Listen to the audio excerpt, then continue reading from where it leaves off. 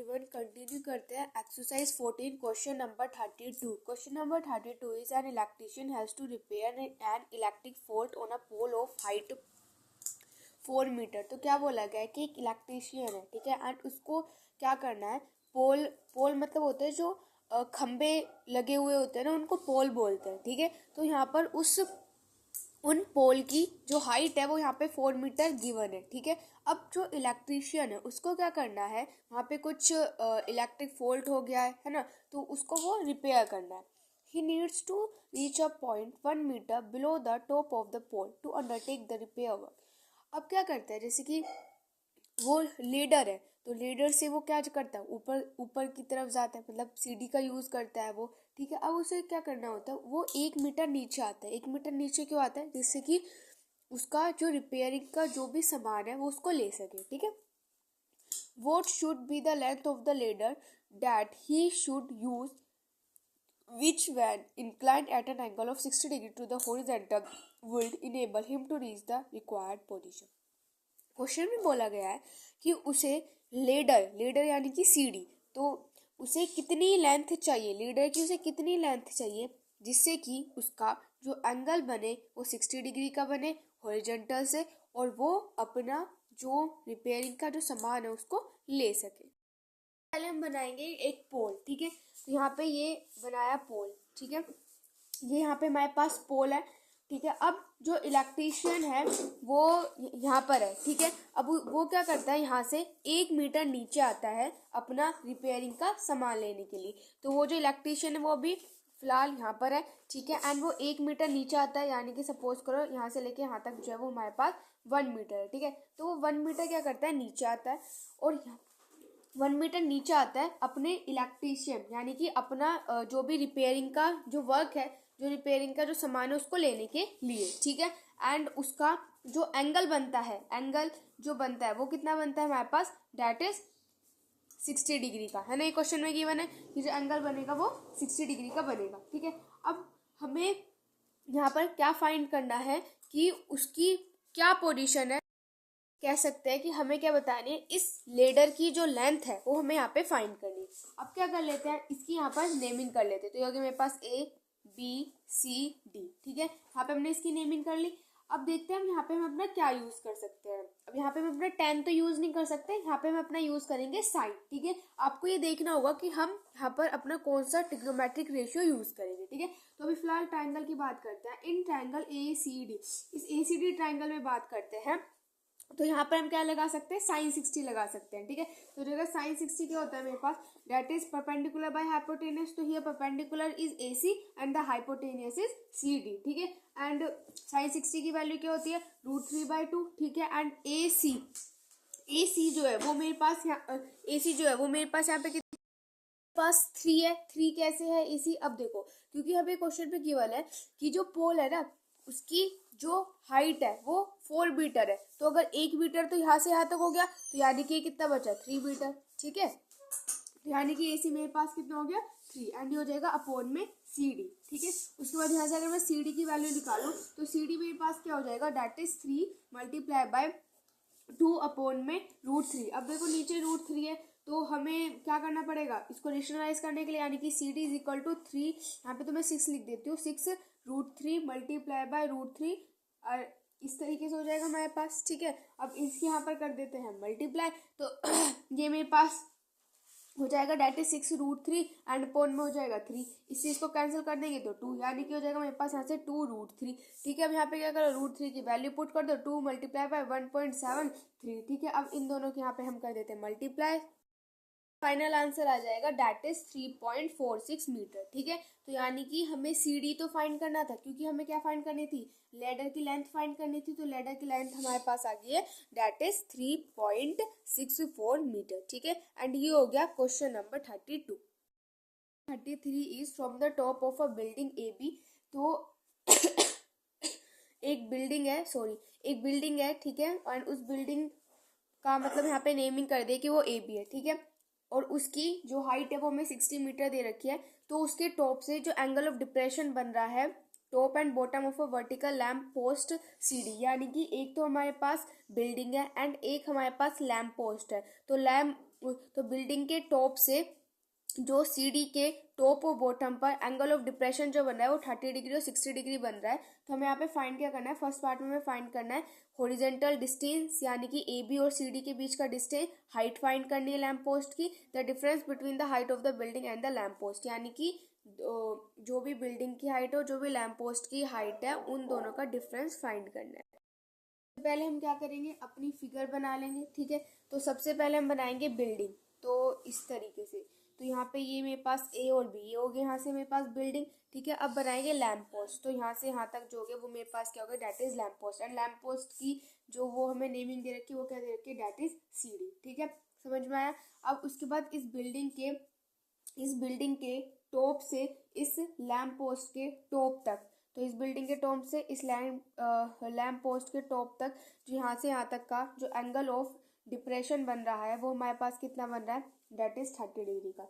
अब इस बिल्डिंग के टॉप से इस लैम्प पोस्ट के बॉटम तक जो हमारे पास एंगल ऑफ डिप्रेशन बन रहा है वो हमारे पास कितने का बन रहा है, डेट इज 60 डिग्री का। ठीक है, ये समझ में आ गया।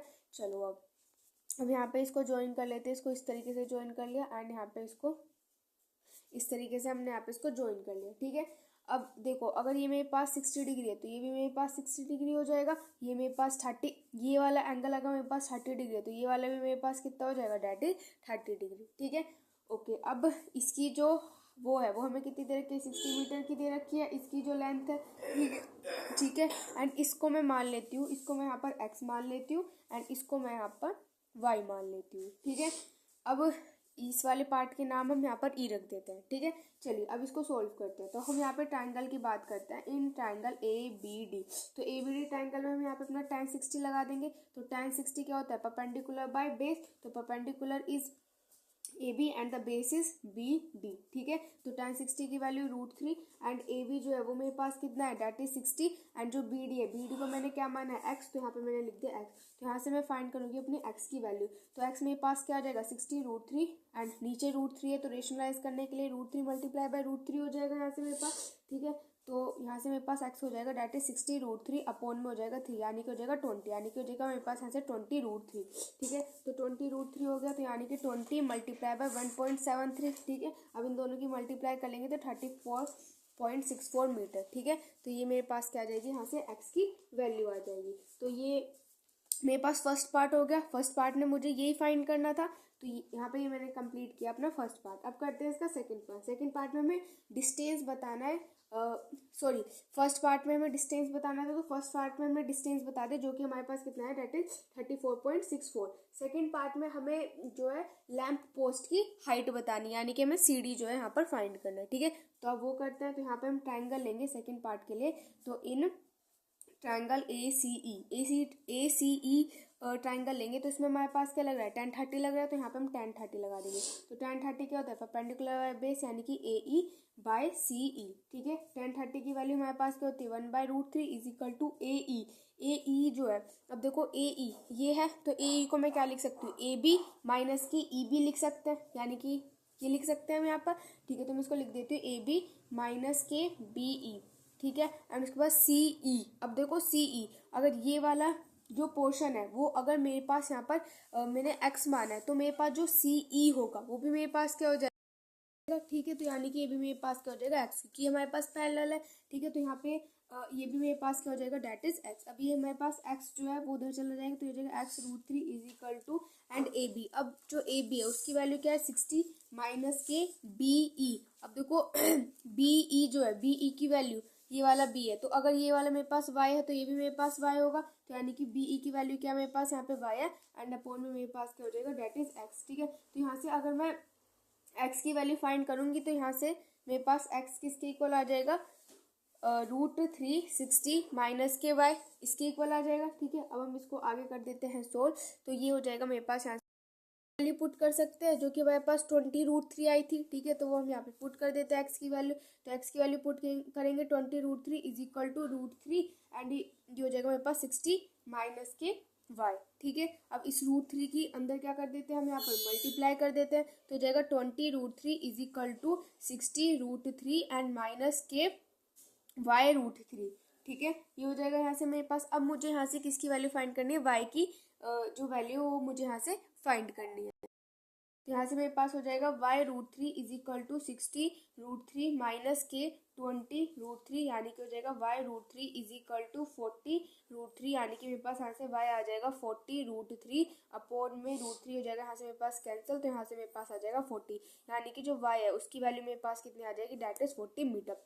एंड सेकेंड पार्ट में हमें यही फाइंड करना था, तो ये हो गया हमारे पास इसका सेकेंड पार्ट। अब करते हैं इसका थर्ड पार्ट में हमें क्या करना है, दोनों की हाइट के बीच का डिफरेंस निकालना है, यानी कि हमें निकालना क्या है, हमें थर्ड पार्ट में निकालना है ए बी माइनस के सी डी, क्योंकि बिल्डिंग ए बी है और जो हमारे पास लैंप पोस्ट है वो सी डी है, तो दोनों का डिफरेंस निकालना है। तो हमारे पास जो ए बी है वो 60 आया था एंड सी डी हमारे पास कितना आया था, 40 आया था, ठीक है। तो ये हमारे पास यहाँ से कितना आ जाएगा, दैट इज 20, ठीक है। तो ये हो जाएगा हमारे पास आंसर, ये हो जाएगा इनका difference. Number 30 question number 34 is a man observe a car from the top of a tower. तो एक मैन जो है वो कार को ऑब्जर्व करता है, यानी कि टावर के टॉप से वो कार को ऑब्जर्व करता है, which is moving towards the tower with a uniform speed, जो कि जो कार है वो टावर की तरफ जा रही है एक यूनिफॉर्म स्पीड से। If the angle of depression of the car changes from 30 degree to 45 degree, अगर 12 मिनट्स के बाद जो एंगल है वो 30 डिग्री से 45 डिग्री हो जाता है, तो हमें यहाँ पे टाइम बताना है कार का कि अब कार को कितना टाइम लगेगा उस टावर तक पहुंचने में। पहले हम बनाते हैं अपनी फिगर बनाते हैं। सो देखो यहाँ पे ये हमारे पास क्या है, टावर है, ठीक है। अब ये यहाँ से टावर के टॉप से एक कोई भी मैन है वो ऑब्जर्व करता है कि जो टू कार्स मतलब कार को वो ऑब्जर्व करता है। तो यहाँ पर ये है कार, ठीक है। तो यहाँ से इसके लिए जो इसका जो एंगल ऑफ डिप्रेशन बन रहा है इस तरीके से, ठीक है। जो एंगल ऑफ डिप्रेशन बन रहा है वो कितना बन रहा है, 30 डिग्री का, ठीक है। अब वो 12 मिनट्स बाद देखता है कि मतलब कार आगे आ चुकी है, मतलब यहाँ पे आ गई है 12 मिनट्स बाद, ठीक है। तो 12 मिनट्स बाद जब हमारी कार यहाँ पे आ गई है तो जो एंगल ऑफ डिप्रेशन है वो चेंज हो जाता है 30 डिग्री से 45 डिग्री का, ठीक है, वो चेंज हो जाता है। तो ये इस तरीके से हमने यहाँ पे ज्वाइन कर दिया। अब इसकी कर लेते हैं यहाँ पर नेमिंग, तो ए बी सी डी, ठीक है। अब देखो अगर मेरे पास ये 30 डिग्री है तो ये भी 30 डिग्री होगा, ये 45 डिग्री है तो ये भी मेरे पास यहाँ पे 45 डिग्री होगा। एंड इसको मैं एच मान लेती हूँ, इसको मैं हाइट यहाँ पर मतलब इसको मैं यहाँ पर एच मान लेती हूँ, इसको मैं लाइट कर लिया, ठीक है। अब देखो यहाँ पे जो मेरे पास ए बी है वो मेरे पास क्या है, यहाँ पर टावर है, ठीक है। ए बी मेरे पास यहाँ पर टावर है एंड सी और सी डी के बीच का जो हमें टाइमिंग है वो हमें गिवन है, दैट इज 12 मिनट, क्योंकि 12 मिनट बाद ही तो हमारी जो कार है वो 30 डिग्री से 45 डिग्री का जो एंगल है उसको चेंज करती है, ठीक है।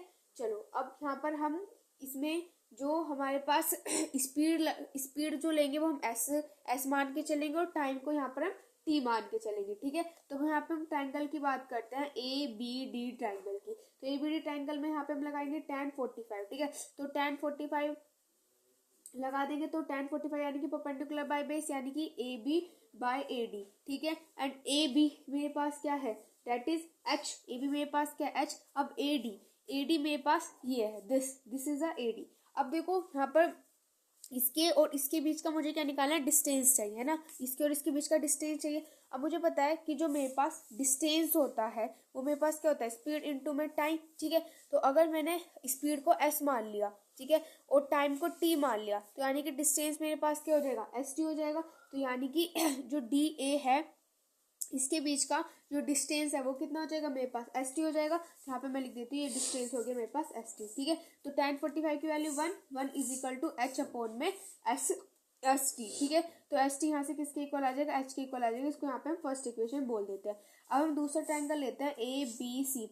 तो ए बी सी ट्रायंगल में हम यहाँ पे tan 30 लगाएंगे। तो tan 30 क्या होता है, परपेंडिकुलर बाय बेस। तो here perpendicular is A B and the base is A C, ठीक है। तो tan 30 की वैल्यू क्या होती है हमारे पास 1/√3 होती है। ए बी हमारे पास क्या है, एच है एंड ए सी मेरे पास क्या है, देखो ए सी की बात करो तो ए सी यहाँ से लेकर यहाँ तक का जो मेरे पास डिस्टेंस है, देखो डी ए का जो डिस्टेंस है वो मेरे पास कितना है, एस टी। तो यहाँ पे लिख लिया मैंने एस टी। अब उसके बाद सी डी का डिस्टेंस की हम बात करते हैं। अब देखो इसके लिए जो टाइम लग रहा है वो 12 मिनट्स लग रहा है, ठीक है। और मुझे चाहिए इसका डिस्टेंस। तो डिस्टेंस मेरे पास क्या होता है, स्पीड इंटू में टाइम होता है।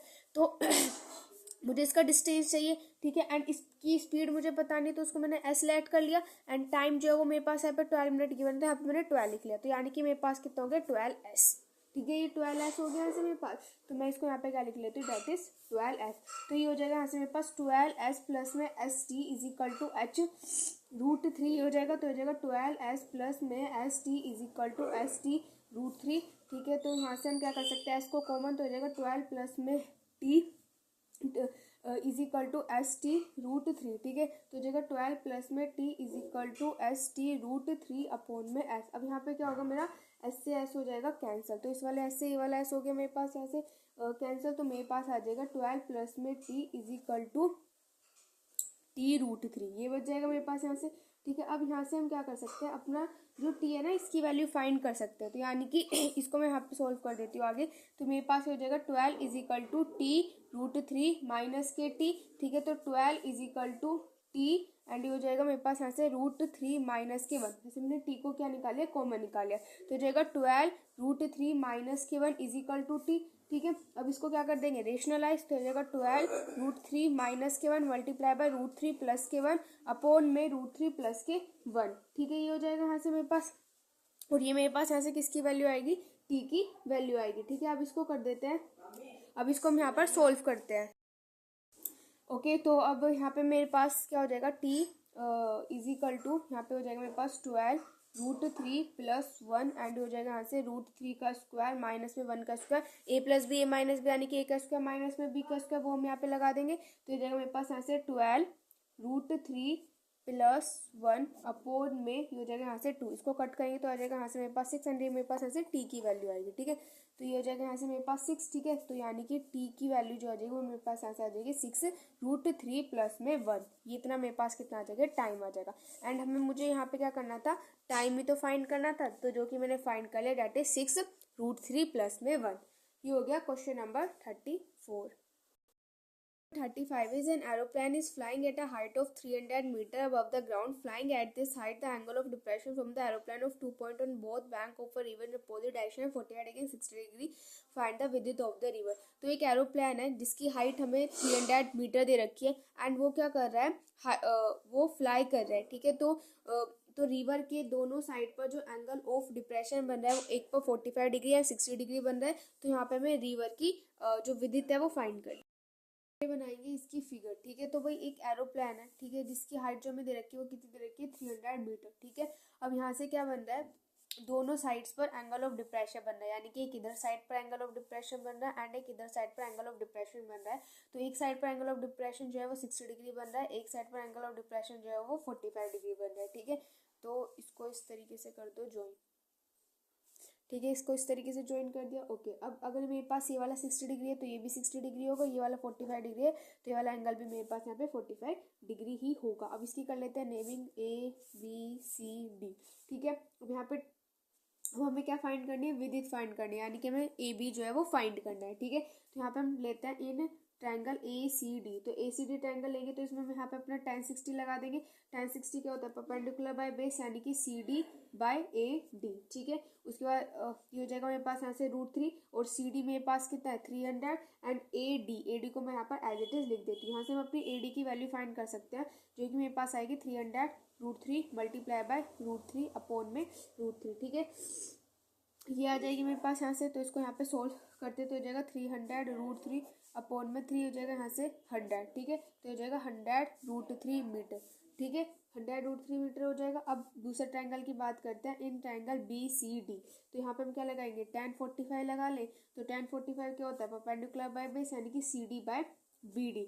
tan 45 की वैल्यू क्या होती है, मेरे पास 1 होती है, CD मेरे पास 100 है एंड BD मुझे यहाँ पे नहीं पता, तो BD को मैंने यहाँ पे एज इट इज लिख दिया। तो यहाँ से अगर मैं BD की वैल्यू फाइंड करूँ तो मेरे पास कितने आ जाएगा, डेट इज 300 मीटर। ठीक है, अब मुझे क्या चाहिए, AB चाहिए। ठीक है, तो AB जो है वो मेरा किसके इक्वल है, AD प्लस में DB, ये पूरा जो है वो किसके इक्वल है, इसके और इसके इक्वल है, यानी कि AB मेरा इक्वल है AD प्लस में BD के इक्वल है, और AD की जो वैल्यू है वो मेरे पास कितनी है, ये डेट इज 100 √3 एंड ये मेरे पास कितना है, डेट इज 300। ठीक है, अब उसके बाद यहाँ पर हम इसको क्या करेंगे, जो यहाँ पर हमारे पास ये √3 है इसकी यहाँ पे हम वैल्यू पुट कर सकते हैं, तो यहाँ पे पुट कर देते हैं, तो ये जाएगा 100 मल्टीप्लाई में 1.732 एंड हो जाएगा प्लस में 300। ठीक है, ये हो जाएगा। अब इसको सोल्व ये तो यहाँ से ये मेरे पास आ जाएगा 173.2 प्लस में 300, तो यहाँ से मेरे पास आ जाएगा 473.2 मीटर। ठीक है, तो यानी कि ए बी की जो विदित है, यानी कि जो रिवर की विदित है, वो मेरे पास कितनी आई है 473.2 मीटर। ये हो गया question number 35। 36 is from a point on the ground, the angle of elevation of the bottom top of a communication tower fixed on the top of a 20-meter high building of 45 degree 60 degree, find the height of the tower। तो एक point है ground पर जहां पर की जो angle of elevation बन रहा है उसके बॉटम से और टॉप से, यानी कि एक टावर है। ठीक है, एंड तो वहां से जो हमारे पास जो एंगल ऑफ एलिवेशन बन रहा है उसके बॉटम से उसके टॉप से, जो कि 20 मीटर की हाइट पर है, वो कितना बन रहा है 45 डिग्री और 60 डिग्री का। तो हमें यहाँ पे टावर की हाइट फाइंड करनी है।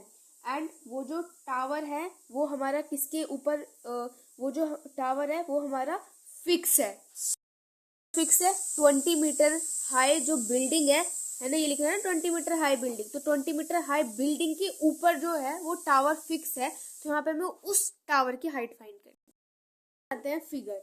तो देखो यहाँ पे ये है हमारे पास बिल्डिंग, ठीक है, एंड इस बिल्डिंग की जो हाइट है वो कितनी है 20 मीटर। ठीक है, अब इस बिल्डिंग के ऊपर जो है वो क्या है टावर, यानी कि सपोज करें यहाँ से यहाँ तक तो होगी बिल्डिंग, एंड इसके ऊपर क्या है यहाँ पर टावर जो है वो फिक्स है। ठीक है, अब यहाँ से जो एंगल ऑफ एलिवेशन बन रहा है वो हमारे पास कितना बन रहा है, दैट इज 45 डिग्री का। एंड इस टावर के टॉप से जो इसके बॉटम पर जो एंगल ऑफ एलिवेशन बन रहा है वो हमारे पास कितना बन रहा है, दैट इज 60 डिग्री का।